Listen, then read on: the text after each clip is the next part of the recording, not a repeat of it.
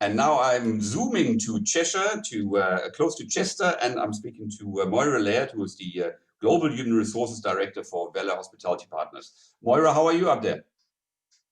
I'm great, Nils. Thank you. Excellent. I can see some sunshine streaming in, so it's a fallacy when they say that England doesn't have good weather in November. A little bit of winter sunshine just to cheer us all up, but yeah, the majority of the time at this time of year for us is not as beautiful as you're enjoying right now in South Africa.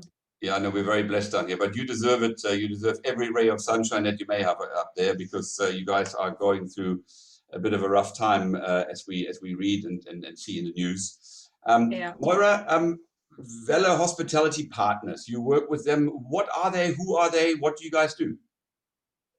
Now, we're a dynamic, growing and successful third-party hospitality management company. So we're over 60 hotels strong now. And as you know, we have original presence in Atlanta, Georgia in the US, where Ewan and Steve founded the company. Presence, as you know, the guys down there in sunny South Africa and Cape Town.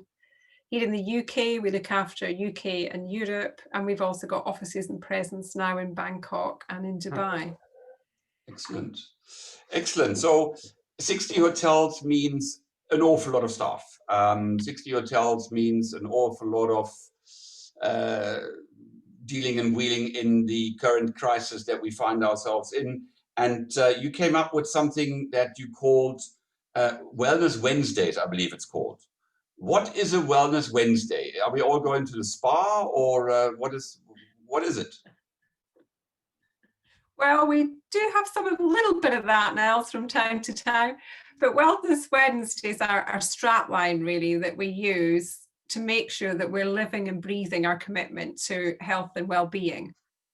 So we made a commitment as a business that all our work practices, our work environment, our workplace culture will value, enhance and protect the health and well-being of our teams, whilst we keep it flexible and fluid and respond to feedback from guys and from the teams.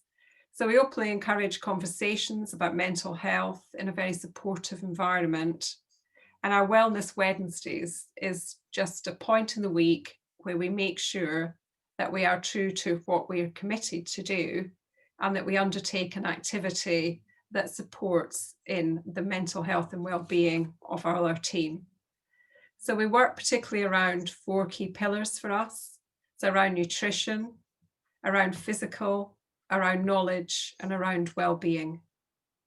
So some of the examples of nutrition, we ditch the cakes and the sweeties on a Wednesday, and they're replaced with fruit. In fact, we actually had a fun competition recently where they all made cakes out of fruit. And that was enjoyed by all. It's amazing what you can do with a watermelon. We educate people. So we have financial partners who help our teams understand how to be more financially aware and take away some of the stresses and strains, particularly at the moment on financial supporting.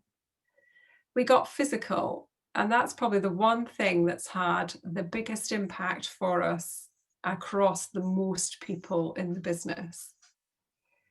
So we started off by doing a simple activity for a month to get the ball rolling. So that was undertake some exercise that you wouldn't normally do. So it could be walking, it could be running, it could be swimming, it could be horse riding.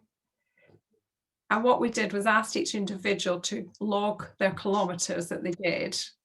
And we basically did a virtual Tour de Valor, like a cycle tour, equivalent around all the hotels in the UK. And well, we outscored the mileage, and then we started going across the Atlantic and we got to Atlanta.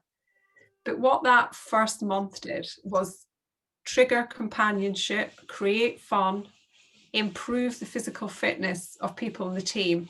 And it also started, what we're still maintaining now, is clubs that were set up. So we'd have walking clubs on a Wednesday. So people would go out for a walk for an hour at lunchtime. They'd go running in the afternoon. We saw running groups coming together. And we saw a number of people who had never run before doing a Couch to 5K program. Wow. So it's an 8-week program where you go from zilch to 5K. Now, personally for me, I was the kid that never ran. In fact, my brother used to ask me to run just to laugh at me because I couldn't run for toffee. And now you're running. now I'm running. So here I am, yeah, at the age of 50, and and that was motivated by my colleagues.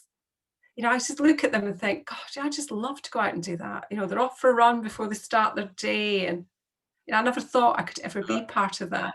So, Now, so did I this, committed to. sorry to cut in there, did this start because of COVID? Is it something that you realized during this crisis that, we need to do something? No, I started my running 2 years ago, so it was all I'm talking part about of our. the Wellness Wednesday. Oh no, Wellness Wednesday for us, we kicked off about 2 years ago in the business. Oh, okay. So, all right, okay. No, that's good then. Yeah. But, and is it for all levels of employees? I mean, is it from the proverbial cleaner, and I don't know why we always start with the cleaner at the bottom, right up to the GM, or is it for only one layer of staff? Now, our activities and our mental health, our whole focus is for every level of employee across the business. So, the general managers take part. Sometimes they lead the activities. Management get involved. Everybody gets involved, and that's the other great thing about it. Is it's a great way to communicate and get to know people better. Whilst you're out walking in mixed groups, I've gone walking with hotel groups, and it's just great. You chat about everyday things. Yeah. And they support and the motivation. When you're out running with your colleagues, some of the best runs that I've had is, a cold December, crispy December morning around the town of Stratford-upon-Avon with some work colleagues, running through the streets with the Christmas lights on. It was just magical and really memorable. Now, that sounds really good. Have you?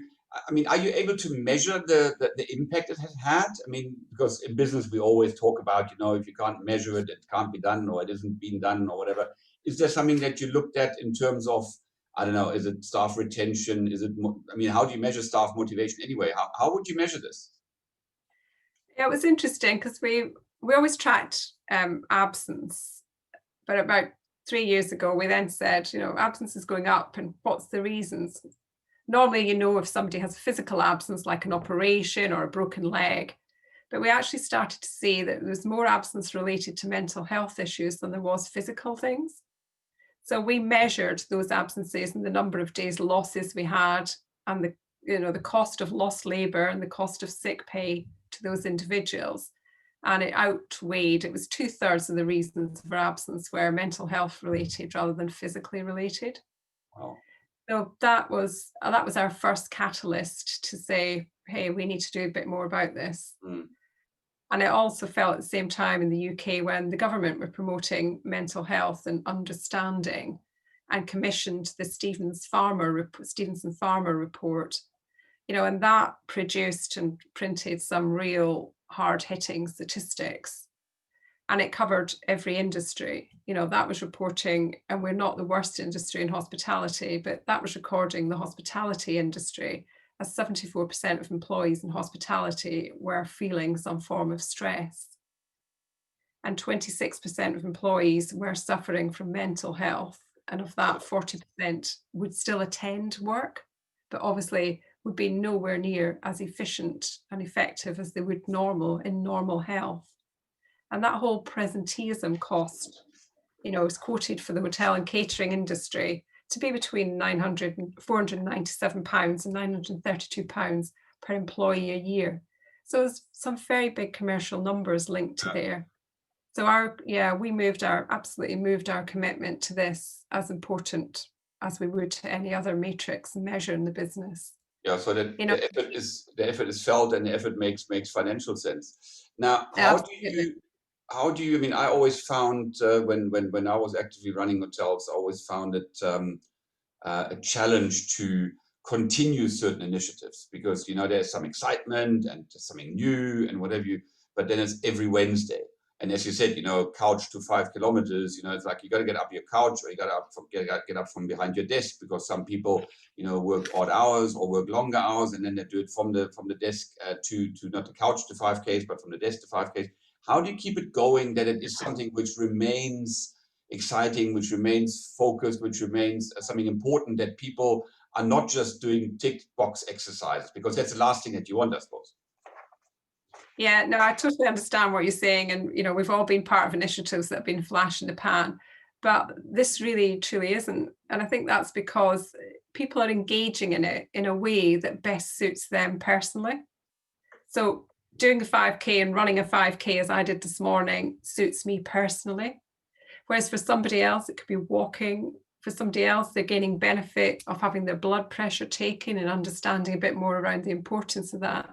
So because it's multi-spectrumed and it's touching people at different stages, you know, people go through different stages in life, don't they? Tougher times and good times. You know, they're dipping in and got the support there, particularly because we have qualified mental health first aiders in every hotel that help support them through difficult times.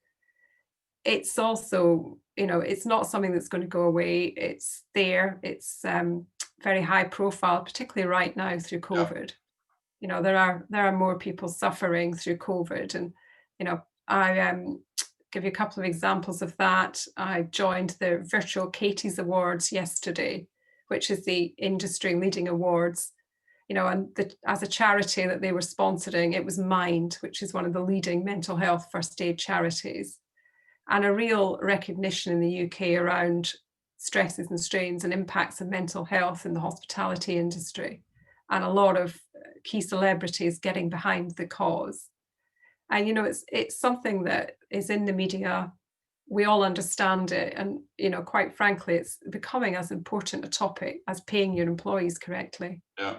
You know, a successful business today can't afford to ignore the signs of mental health and not provide good support mechanisms to their teams. Yeah, no, I agree. I mean, it's about time too, because it's something which for a long time has been kind of, you know, not being spoken about. And, you know, talking about earlier on, you mentioned you made cakes with fruit, you know, are you a fruit cake because you're not mental? And people made silly jokes about it.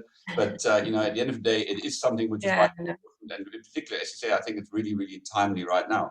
Now, in your newsletter, you were speaking to, or you were asking that you chat to other hotels and what they are doing. Is it something which you are starting to share with competitors in the field of hospitality, that you try to encourage them to do this so it becomes something which is more industry-wide? It's very much industry-wide. You know, I sit on a panel in the UK with other fellow hotel HR directors, and we chat fortnightly at the moment and have done all through COVID. And it's been a topic that, you know, we talk about on every one of our calls. And indeed, we have an ex-colleague who's founded his own business and it's focusing on giving mental health support.